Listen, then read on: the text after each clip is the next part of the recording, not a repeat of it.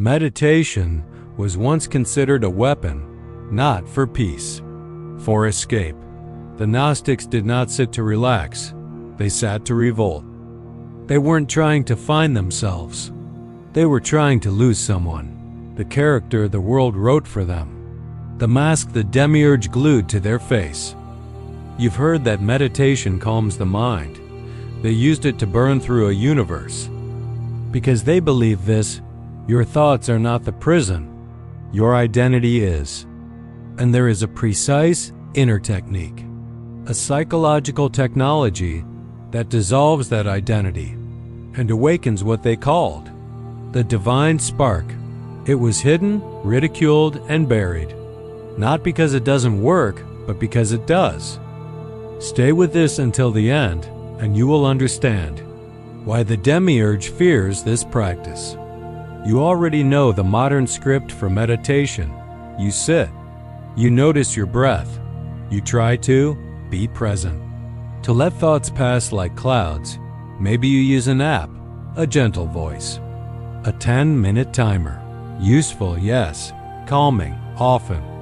But this is not what the Gnostics were doing. Most modern meditation is built on one quiet assumption, that this world is fundamentally fine, that yourself is fundamentally real. It just needs to be less stressed. The Gnostic world is sharper, stranger, more unsettling. Ancient texts from the Nag Hammadi library, discovered in the Egyptian desert in 1945, describe a cosmos fashioned by a blind craftsman, the Demiurge, a god who thinks he is the only god, a cosmic architect who mistakes his own prison for a temple.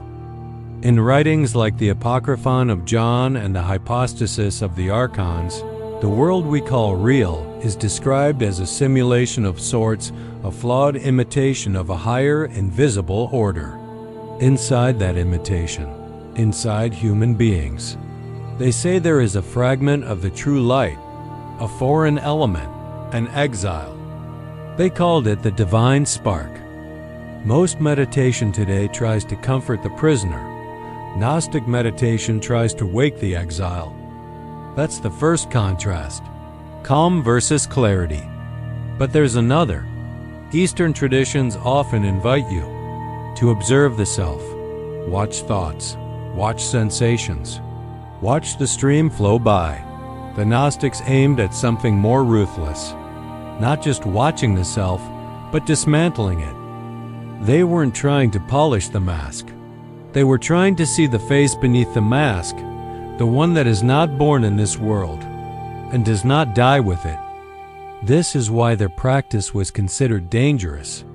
To the Roman authorities, they were politically inconvenient. To Orthodox church leaders, they were doctrinally heretical. To the psychological machinery of the Demiurge, they were a glitch. Because a person who no longer believes, they are only their social role, their trauma, their programming, is not easy to control. We'll return to that. For now, hold 3 threads. First, Gnostic meditation is not for relaxation. It is for revelation. Second, they are not trying to improve the self. They are trying to see through it. Third, they insist there is something in you that does not belong to this world at all. The divine spark. How do you contact that? How do you remember it, not as an idea, but as direct experience?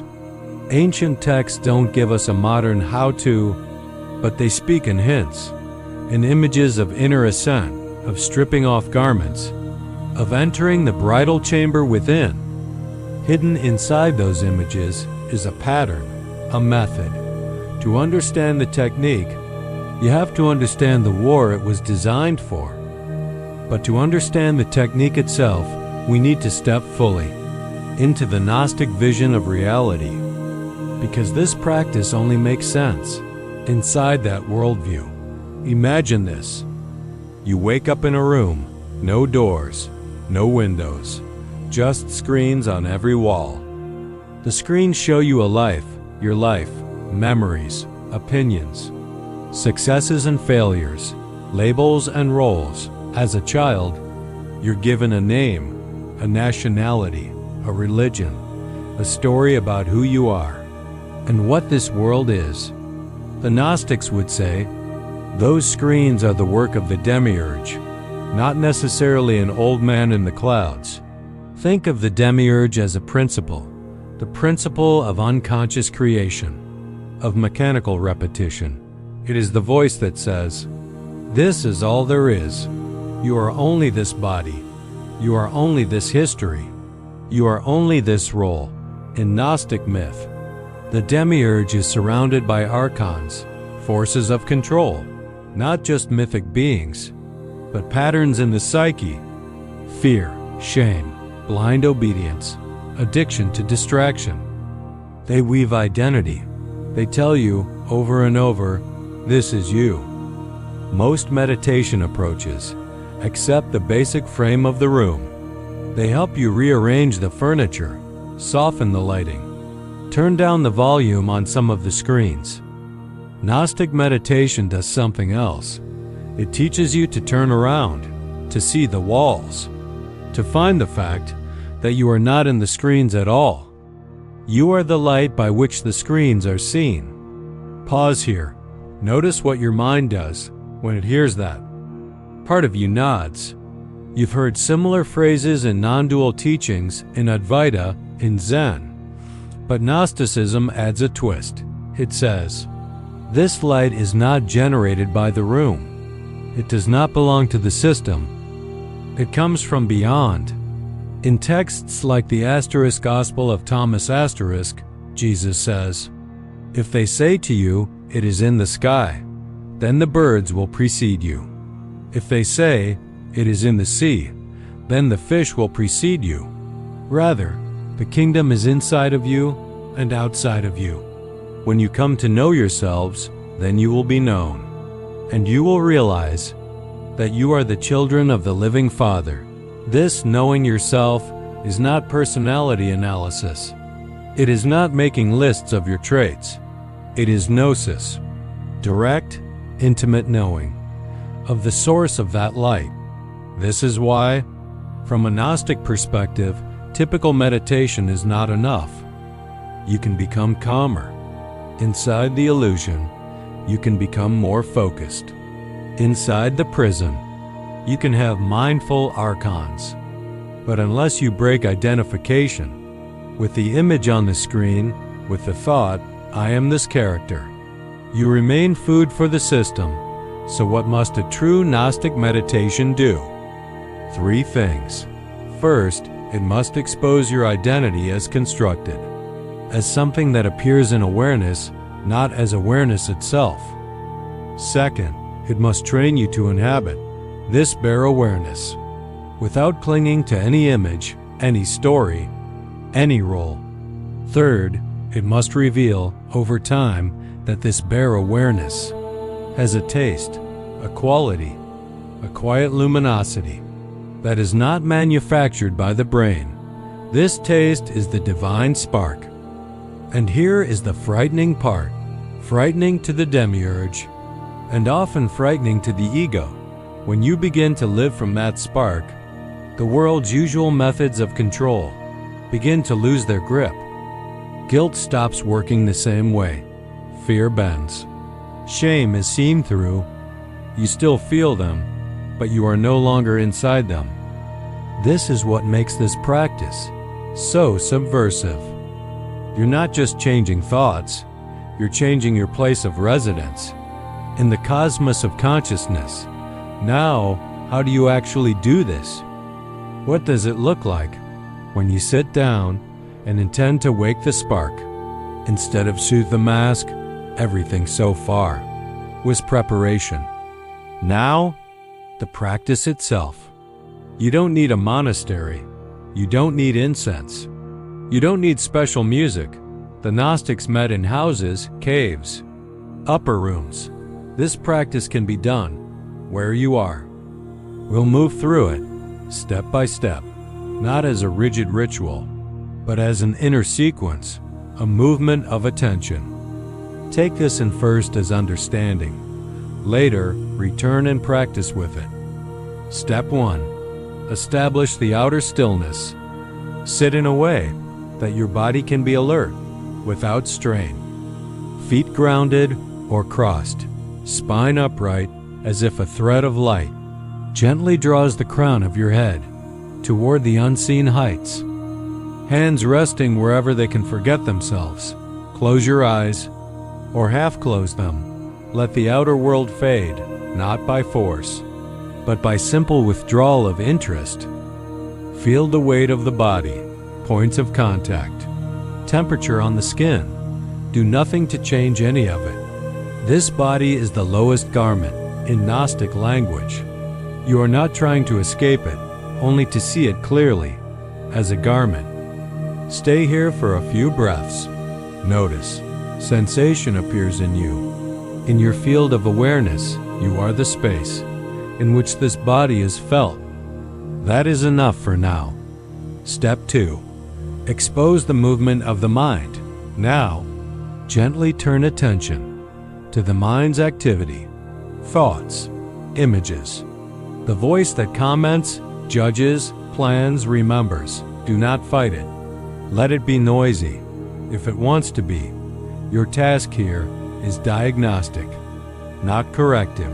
Simply notice. A thought arises. I am bored. I am doing this wrong. This is interesting.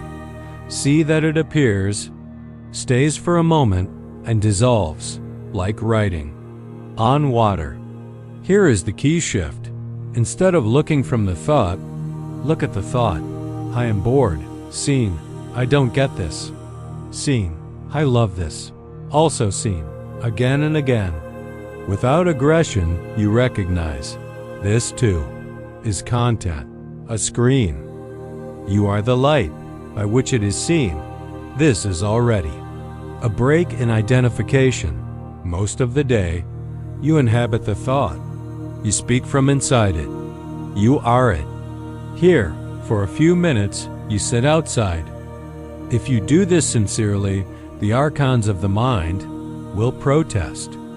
They may respond with restlessness, with sleepiness, with judgment. This is pointless. I need to check my phone. That resistance is not a problem. It is confirmation. It means you are touching the mechanism that usually runs you. See it. Name it silently. Resistance, sleepiness, judgment, and let it pass. Step 3. Find the sense of I. Now we move closer to the core of the prison. Beneath the stream of thoughts, there is a quieter assumption, the feeling. I am someone in here, watching all of this. Not just the body, not just the thoughts, but a knotted sense of me. Gnostic texts speak of the counterfeit spirit, a constructed identity that believes it is the whole truth. We meet it directly now. Ask very gently, without trying to answer conceptually. What is this I that says my thoughts? My body? My life? Pause. You might feel a subtle contraction. In the chest, the throat, the face. A cluster of memories. A vague image of yourself. Simply notice, this sense of I is also appearing.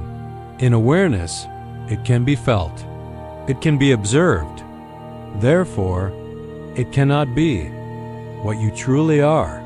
The shift here is delicate. You are not destroying the ego or hating it or pushing it away. You are seeing that it too is a garment. A useful garment in the world of forms, but not the light itself. Rest for a minute in this recognition. Even the feeling I am this person is something you can see. Who then is the seer? Step 4. Turn awareness back on itself. This is the heart of the Gnostic technique.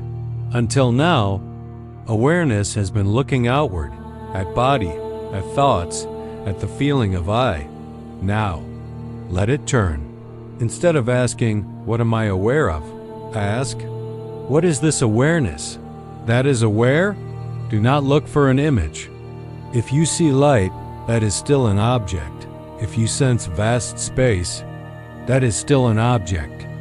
Whatever you can notice, you are not that. So simply, rest as the noticing itself. There is no need to define it. You cannot see it as a thing among things. You can only be it. Let that sink in. Awareness, resting as awareness. No story. No I am this or that. Just the fact. Undeniable. Immediate. That experience is present. This silent, formless presence is what the Gnostics pointed to as the foreign element, the stranger, the divine spark, not a thing in your chest, not a point of light, but the simple, luminous clarity that knows everything, without being anything. In particular, stay here as best you can for a few minutes. Thoughts will continue. Sensations will continue. Let them. The practice now is not to stop them, but not to leave your seat. As awareness, everything can come and go. You remain. This is where the false self begins to panic.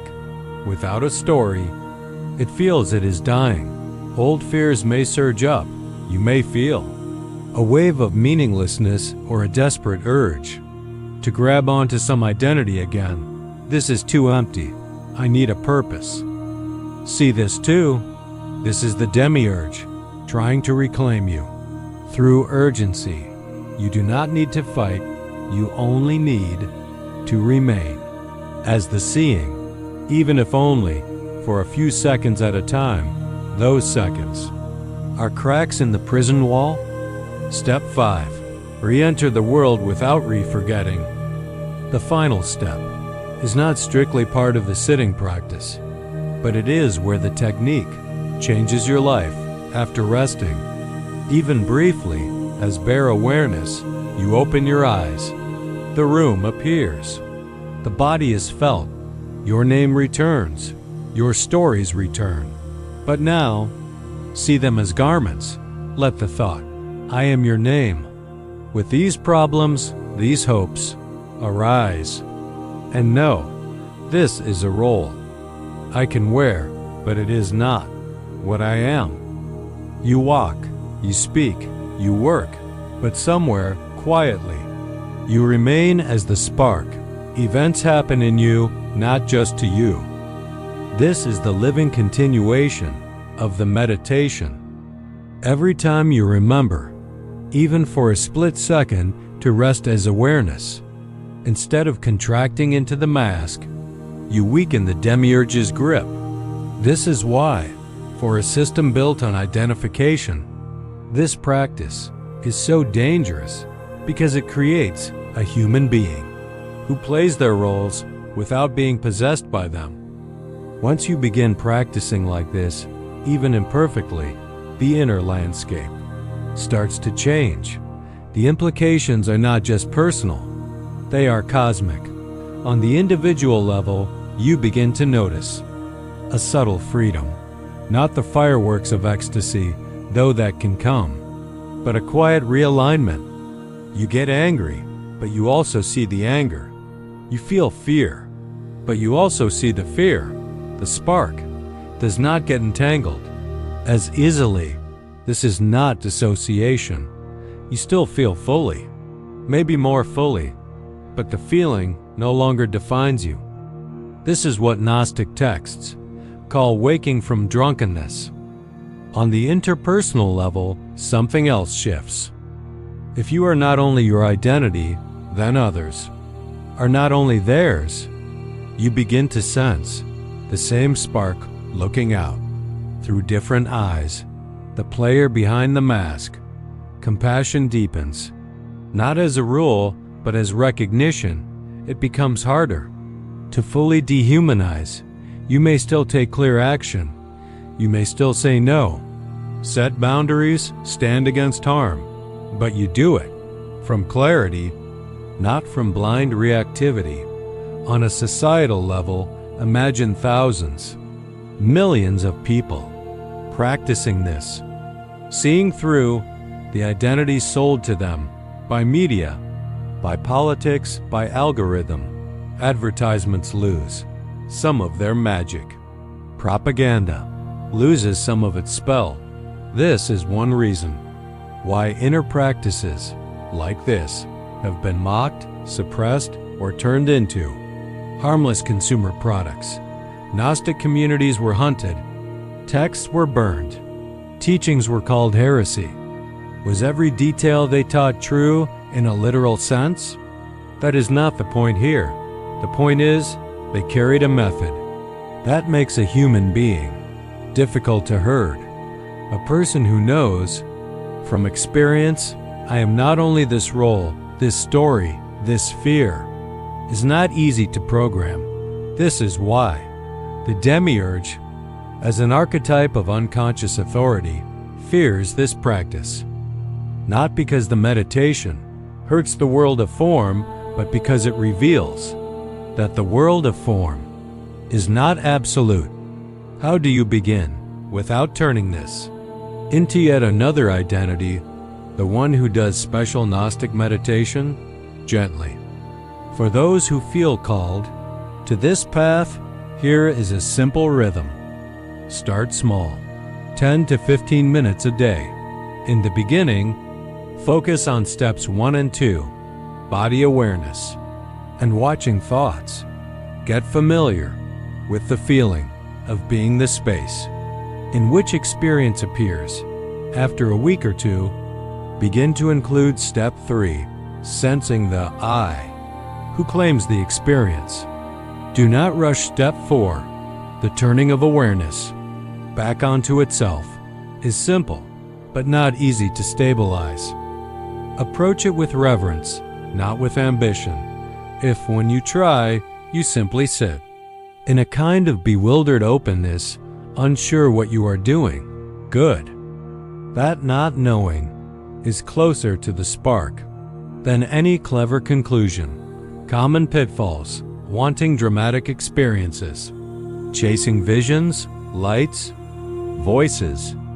Those are not the goal. They are just more screens on the wall. Another pitfall: using this practice to escape your life. Gnostic freedom is not apathy, as you rest more often. As awareness, you may feel called to make bolder, cleaner choices. In the world, let the spark inform your actions, not replace them. Over time, you can lengthen your sits. You can bring micro moments of step 4 into daily life while walking, listening, waiting in line. The path deepens each time you remember to be the light, not the screen. We began by questioning what meditation is for. Not just calm, not just focus. For the Gnostics, it was a way of dying before you die, dying to the false self, to the programmed identity, so that the divine spark could live consciously. In this world, now you understand why they practiced differently, why their meetings felt more like mystery schools than wellness workshops. This technique is not about acquiring something. It is about subtracting everything that you are not until what remains is simple, silent, indestructible. The spark, body, thoughts, the felt I, all garments, awareness itself, the clear, living space in which they appear, the foreign element.